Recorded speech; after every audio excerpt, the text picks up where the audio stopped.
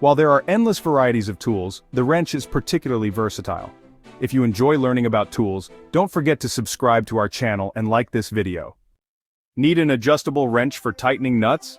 You might want a crescent wrench. Want something that can tackle industrial projects like automobiles? You can grab a monkey wrench. Want to put together an IKEA bookshelf? An Allen wrench works. If you have a plumbing issue, however, you're likely to turn to the wrench that can sink its literal teeth into pipes. That's a pipe wrench, also known as a Stillson wrench. And while all tools have pushed manufacturing forward, the Stillson stands out as one of the most important developments to ever grace a toolbox. Daniel Stillson had a way with machines. The Durham, New Hampshire native was a mechanic on a United States naval steamship, the R.B. Forbes, for the Union during the Civil War. Afterward, a Union engineer and colonel named Levi Green invited him to come work for him at J.J. Walworth and Company, a steam heating business in Cambridge, Massachusetts. It was at Walworth that Stillson would make his mark on tool history. According to a 2019 Boston Globe article, in the late 1800s, cities were making a push to install and maintain water systems for indoor plumbing and heating. Some, like Boston, had to replace older wooden pipes with materials that were more sensible for the reliable transportation of water. As this transition to metal occurred, it was obvious that not all existing tools were up to the challenge. The biggest problem for monkey wrenches and other types of clamping tools was that their jaws were usually smooth. That worked for fasteners like nuts, since one flat surface could sit flush with another, but it didn't work well for pipes. Their round surface meant flat wrenches could, and often would, slip off or damage the pipe, Stillson certainly wasn't the first engineer to observe the problem, but he was the first to take real action. His first solution was a kind of tong that could better grip the pipe, but still proved less than ideal. Using wood, he carved out a prototype wrench that had a slightly uneven serrated surface.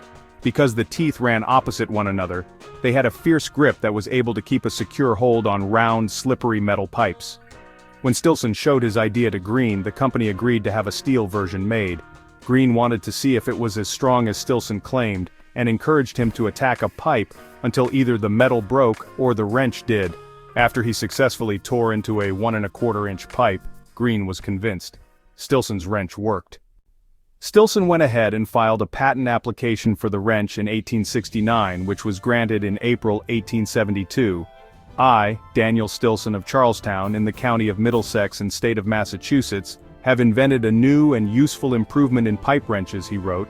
My invention is an improvement upon the pipe wrench as patented by me, and has for its object the production of a wrench which shall be equally effective in its operation upon a pipe, whether such pipe be perfectly cylindrical or circular, or of a somewhat flattened or ellipsoidal shape in cross-section. And my invention consists in the employment of 2 springs affixed to opposite sides of the shank of the fixed jaw, and so arranged as to operate in conjunction with the pivoted frame in controlling the action of the movable jaw, as will be herein after described. Plumbers, mechanics, and even locomotive workers grabbed the wrench, which was, like the monkey wrench, adjustable, and could therefore replace cumbersome wrench sets.